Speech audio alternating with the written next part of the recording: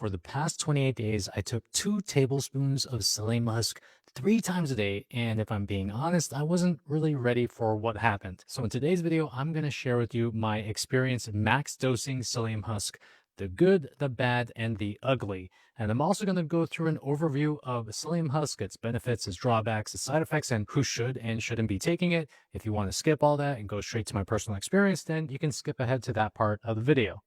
So psyllium husk is a soluble fiber that comes from the seeds of a plant called the Plantago ovata. It's been around forever, and when most people think about it, they think about old people and constipation. And yes, at low doses, that is kind of what it is, but here's what most people miss.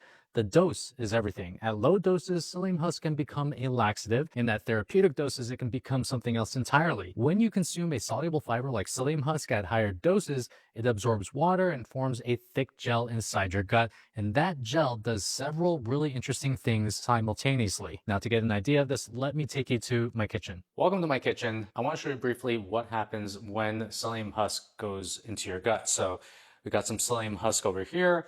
I'm going to do, let's do 2 tablespoons here if you want to see what it looks like.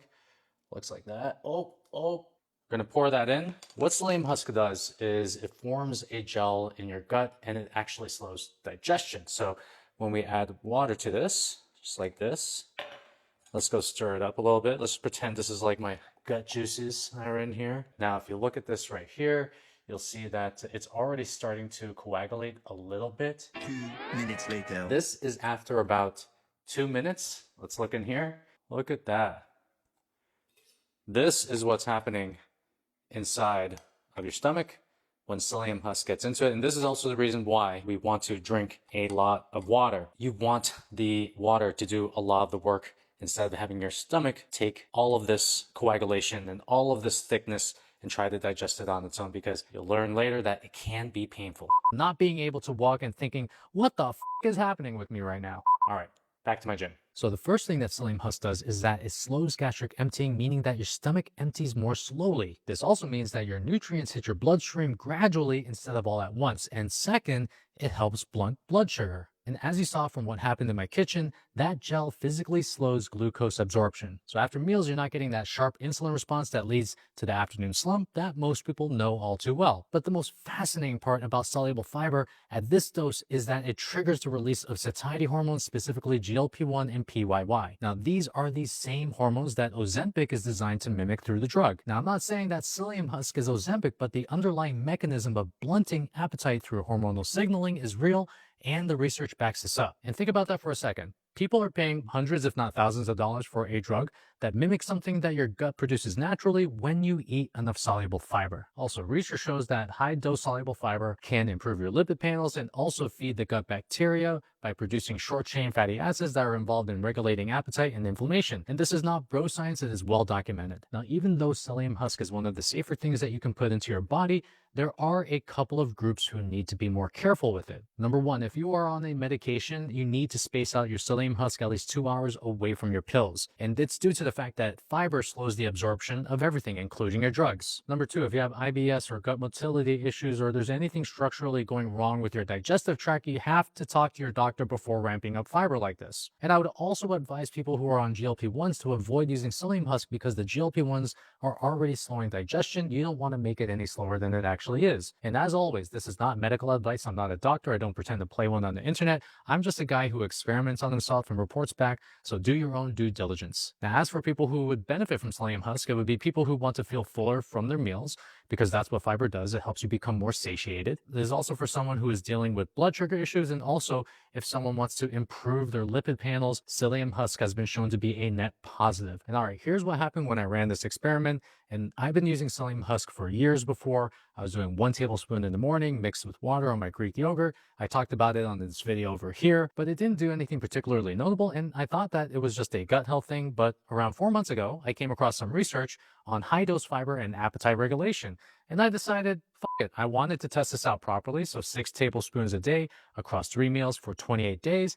And I have to admit, the first week was pretty rough. I didn't realize that my gut had to adjust to the new level of fiber I was putting into it. So I had bloating within the first few days. I was also feeling low energy, and I was wondering why this was happening. And that's when I realized that I made my first mistake, which was not drinking enough water. You see, when you get a sudden increase in fiber, it can cause digestive stress, like things like bloating, cramps, and discomfort. And this is physically draining, especially when you and your gut are not used to it. Thankfully, I learned from my mistake. I increased my water intake, and that faded by around day 3. And I could already feel the benefits within the first week. I was feeling fuller from each meal. It was almost like the food noise had turned down because of how satiated I felt on a day-to-day basis. And also, I can tell that my poo was getting a lot more sturdier and more regular, but more on that in a second. Everything was going great, and then I made my second big mistake, and it was a bad one. About 10 days in, I took 2 tablespoons of psyllium husk right before sitting down to do a heavy dinner where I had around 300 grams of salmon and white fish. Within 30 minutes, I was feeling waves of intense bloating hitting me.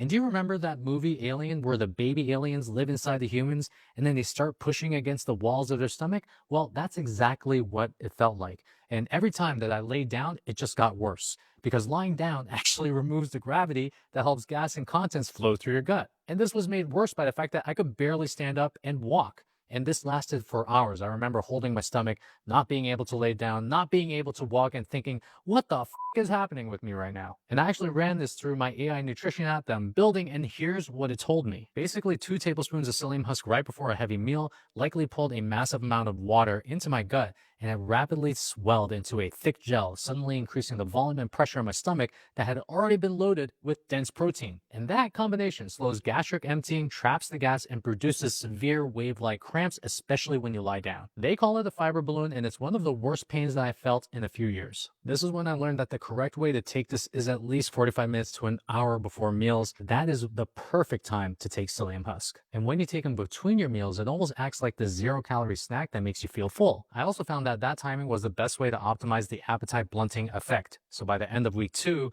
once I had the timing dialed in, something shifted. My appetite dropped noticeably. I wasn't hungry the way I normally am. Normally, between lunch and dinner, I'm usually a little bit peckish. I'm thinking about what my next meal should be, but during this experiment, I'd make it to dinner without even having any food on my mind at all. And it wasn't just that I was hungry, it's because I was full. And there's a huge difference between not eating because you're forcing yourself not to eat and not eating because the signal just isn't there. Now, this may be too TMI, and you can skip this part if you want, but one of the best aspects of doing this test was the effect it had on my butt. First off, I used to fart a lot, and so much so that my wife, God bless her soul, thought that I would just fart all over the house the whole time for the rest of our marriage. After about 3 weeks of being on psyllium husk, I noticed that my flatulence had decreased significantly. And the reason is that psyllium is mostly non or mildly fermentable viscous soluble fiber, and it produces relatively little colonic gas itself, and it can dilute or even slow the fermentation of other fibers. So the gut microbiota generates less gas, and that makes you fart less. But the coolest part was when I was going to do my number 2s. Now, if you look at the Bristol chart over here, I went down from a 6 all the way down to a 3.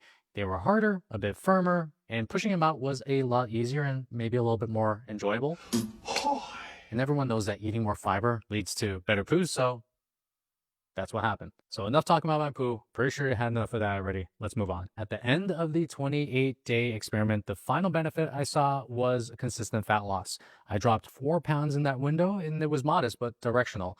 My energy after meals was noticeably more stable, and I found that my LDL cholesterol moved in the right direction when I did my blood work. Now, the only thing that changed was doing psyllium husk. Now, one more thing worth mentioning is that when I stopped the 28 days, the effects just didn't vanish immediately. It took around 2 to 3 days for my normal hunger levels to return. And that to me actually says that something real was happening physiologically, and it wasn't just a placebo effect. Now, something I have to let you know is that I probably would not do this the same way that I did it. And if someone was thinking about doing the same test, here's how I would do the protocol differently. First, I would make sure I just don't jump into doing a max dose, because that proved to be a little bit too much for my gut to take. I would start with 1 tablespoon per day and then do that for about a week and let my gut adjust. I would then build it up slowly, adding another tablespoon or 2 every single week until I worked my way up to 15 to 20 grams of psyllium husk. And with each dosage of psyllium husk, I would make sure I'm drinking at least 8 ounces of water. So with that said, do not dry scoop this. You need a liquid for this to work. And lastly, I would spread those doses across 3 meals, but I would make sure that those doses are between my major meals, not right before them. This way, the appetite blunting effect is working throughout the entire day. Now, there is a bigger point that I want to make, and it's the fact that most people are dramatically underdosing fiber. The recommended intake is 25 to 35 grams of fiber a day, but the average person gets about half of that. And even if people are hitting that number, they're usually just hitting the floor and not optimizing. Now, you don't have to just get your fiber through psyllium husk. The best ways to get it are through vegetables, fruits, and legumes, and using things like psyllium husk or even chia seeds as fiber insurance. I want to emphasize that this is not a replacement for eating real food. It's just a tool, and it's a tool that makes eating less a little bit easier. So after doing this experiment, I found that I was feeling fuller, my gut health was getting better, and my pooing was immaculate. But I'm not going to continue to max dose psyllium husk. I will be taking 1 to 2 servings a day between meals. And the reason is simple. I just don't want more steps involved in my nutrition. I do believe that you have to go to your extremes in order to find your balance. So instead of just taking 1 tablespoon a day, I'm going to be taking 4 spread across 2 meals. And by the way, I created a free guide on the supplement protocol we use with our clients to help them get lean, boost energy, and get healthy. It's in the description below, or you can find it in the first comment. Thanks for watching. I'll see you on the next one.